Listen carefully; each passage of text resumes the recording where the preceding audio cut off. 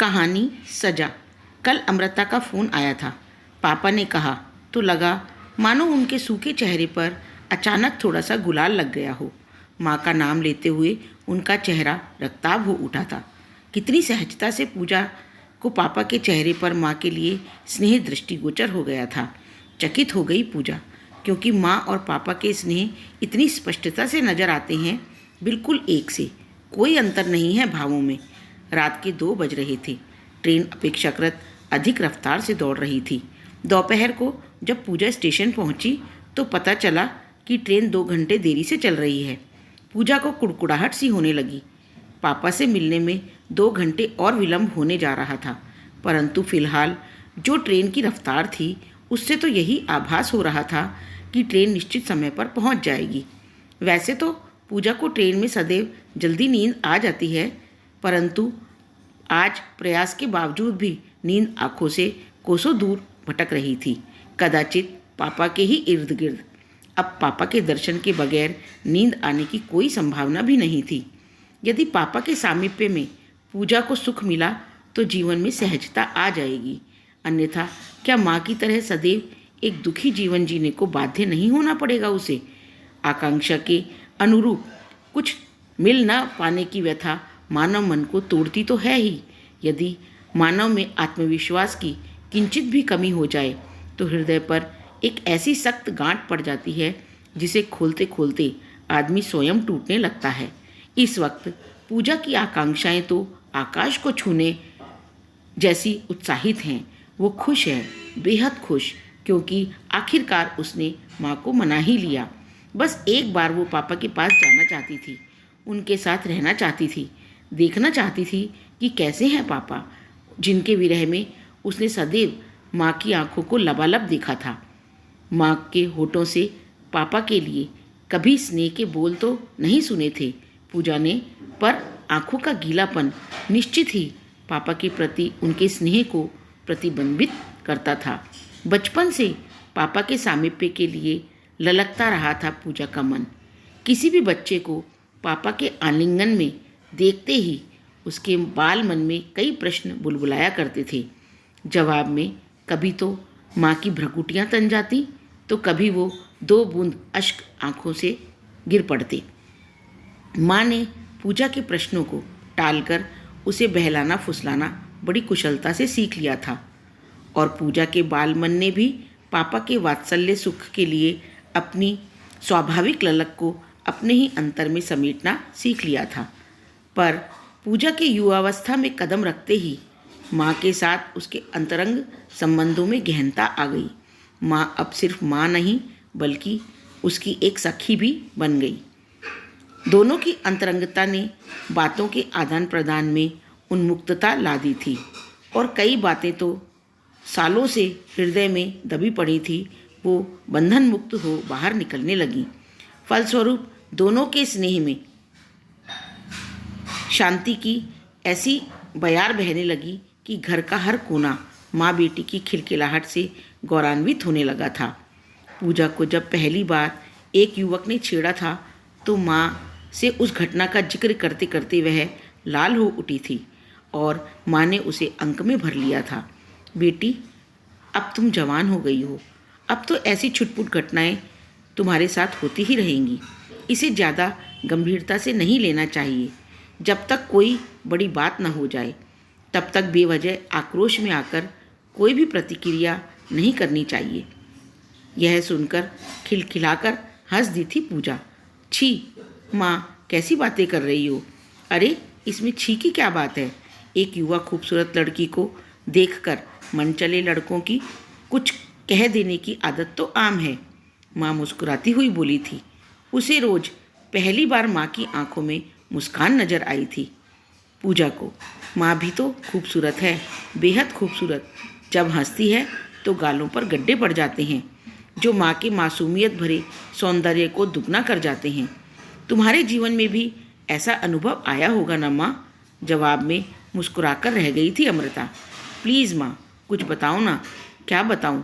कहते हुए माँ के गाल सुर्ख हो उठे थे। अपनी युवावस्था के बारे में कुछ मज़ेदार बातें बताओ ना माँ। पूजा ने लड़ियाते हुए माँ के गले में बाहें डाल दी।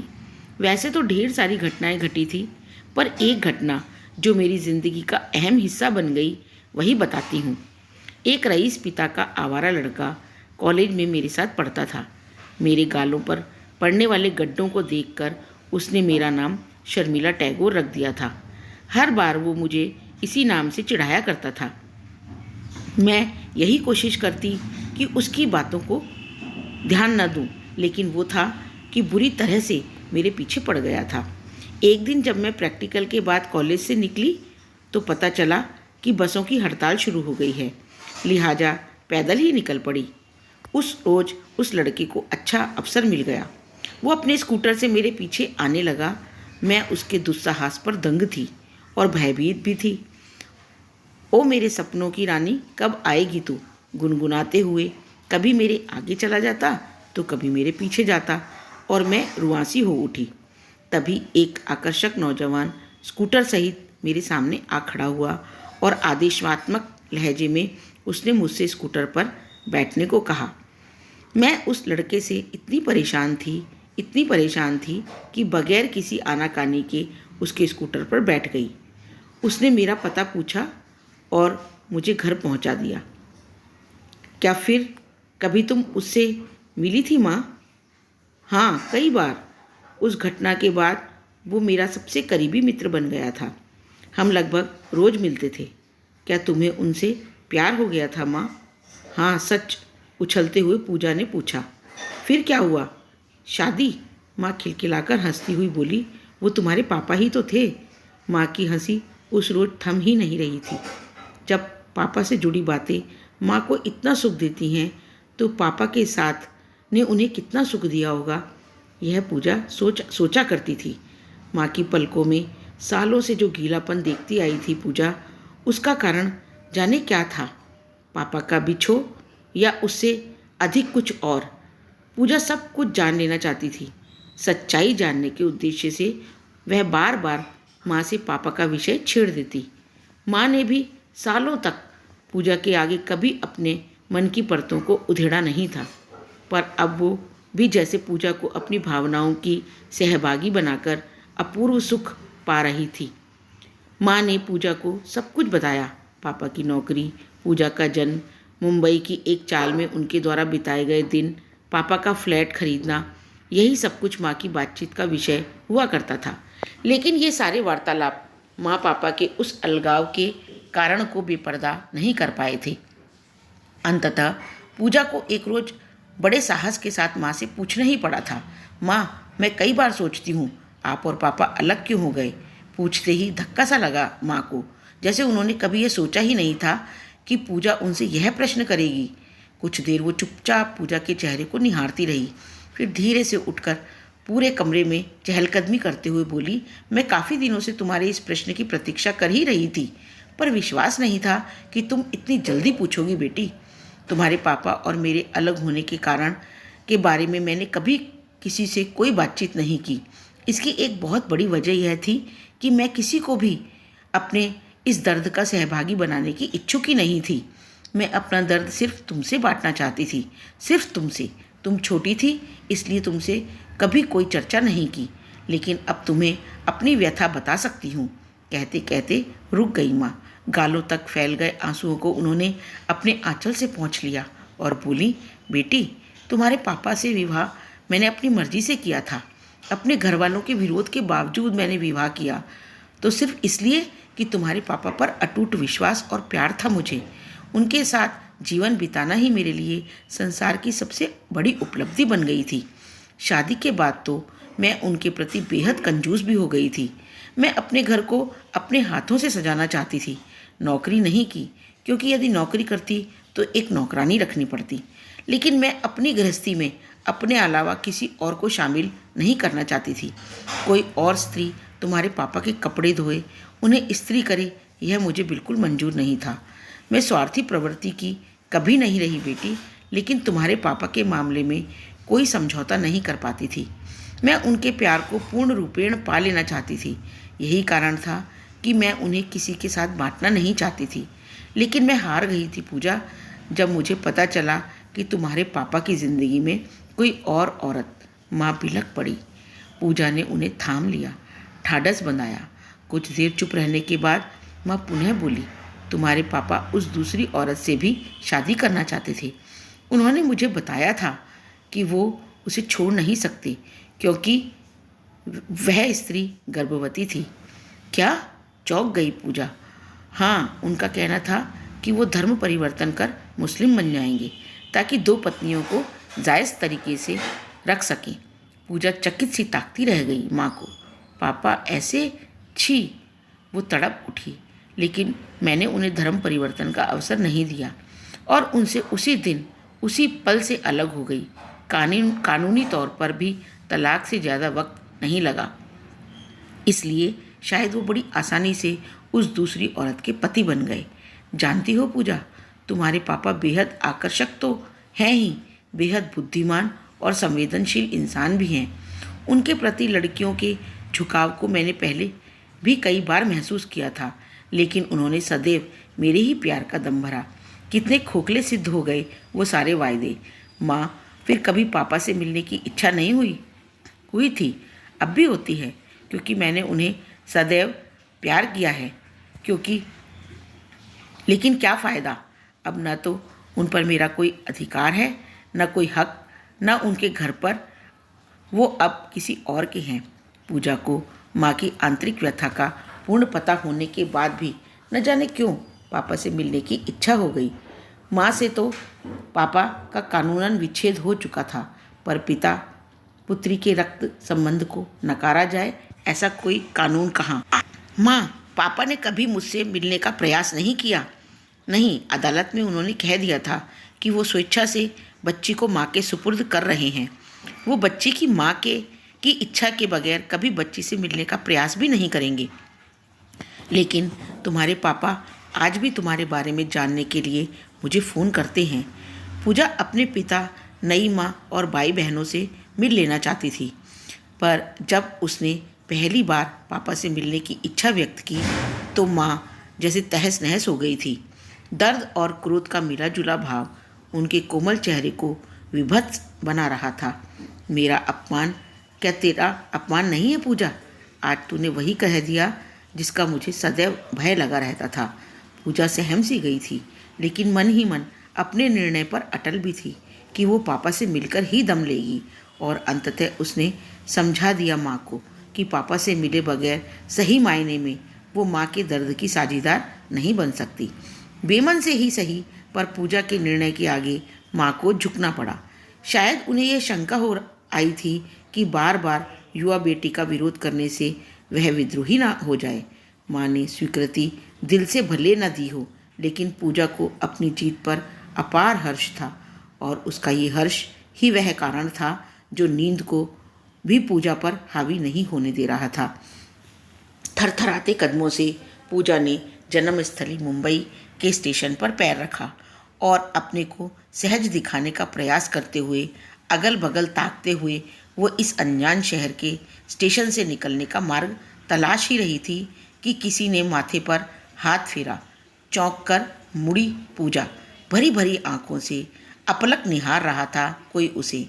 आंखों का गीलापन वैसा ही था जैसा माँ की आंखों में हुआ करता था, स्नेह भरा।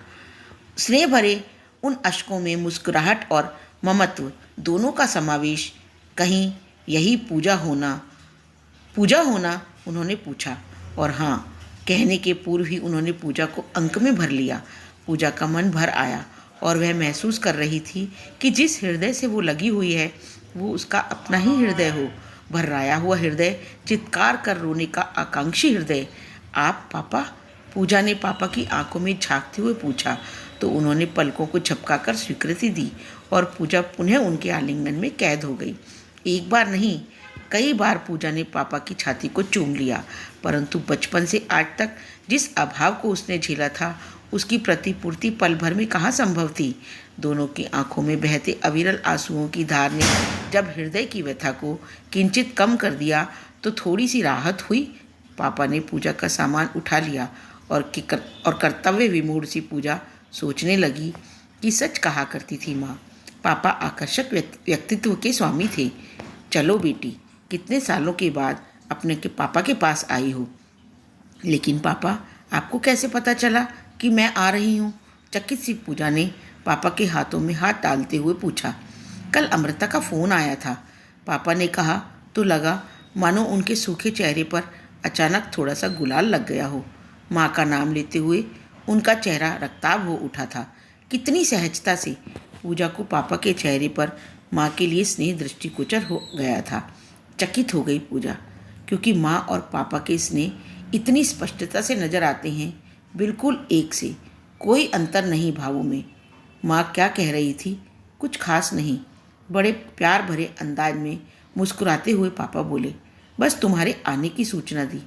तुम इतने बड़े शहर में पहली बार अकेली आ रही हो, शायद इसी वजह से वह घबरा रही थी।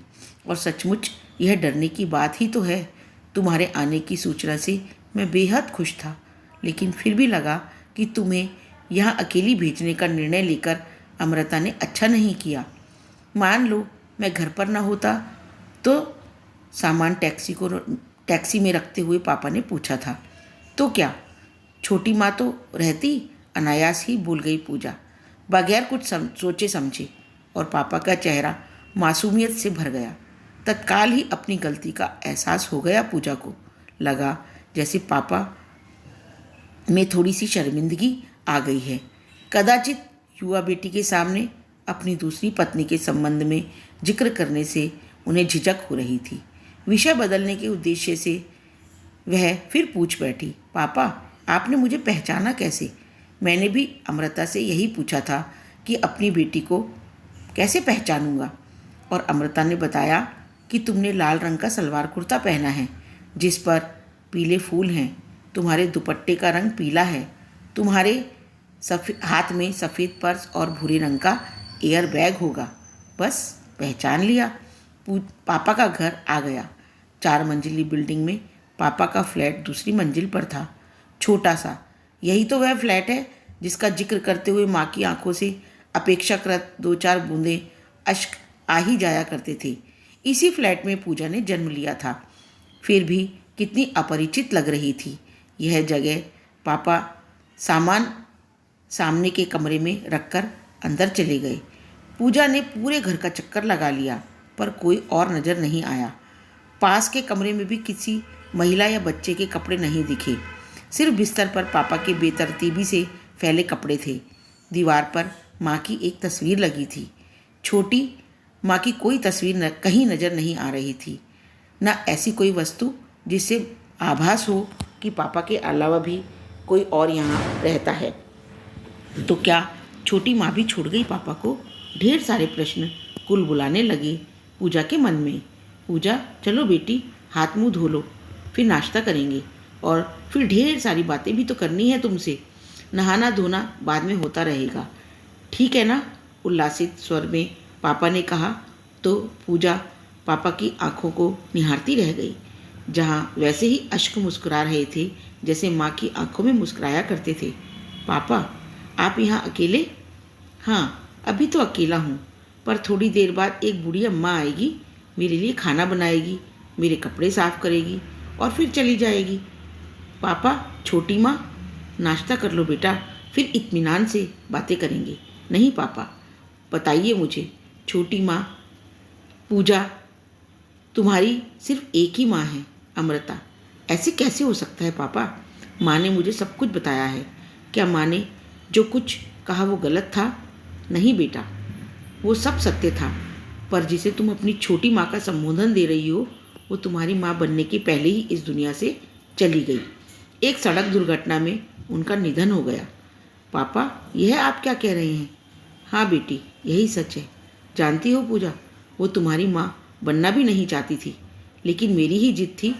मैं अपने पाप का प्रायश्चित करना चाहता था। उसका नाम नंदिता था। मैंने नंदिता को कभी प्यार नहीं किया। यह नहीं कहूँगा क्योंकि मित्रता बगैर स्नेह के संभव नहीं। दरअसल मुझसे गलती हुई थी, बस एक बार। मैं हमारी मित्रता के बीच खींची लक्ष्मण रेखा को लांघ गया, लेकिन मैंने अपनी गलती स्वीकार कर ली थी और मैं अपने पाप का प्रायश्चित करना चाहता था, लेकिन अवसर नहीं मिला। पापा, आप तो माँ से बात करते रहते हैं ना, क्या आपने कभी उन्हें यह नहीं बताया कि छोटी माँ नहीं रही? नहीं पूजा, मैं इतना स्वार्थी नहीं हो पाया। नंदिता की मौत की बात कहकर अमृता द्वारा दी गई सजा को कम करवा लेता तो स्वयं उन अपनी ही नज़रों में गिर जाता। सोचता था कभी न कभी सजा पूरी होगी ही। पूजा अपलक देखती रह गई। पापा ने गलती तो की थी, पर छोटी सी किसी का कत्ल तो नहीं किया था उन्होंने। फिर सजा इतनी लंबी कैसे?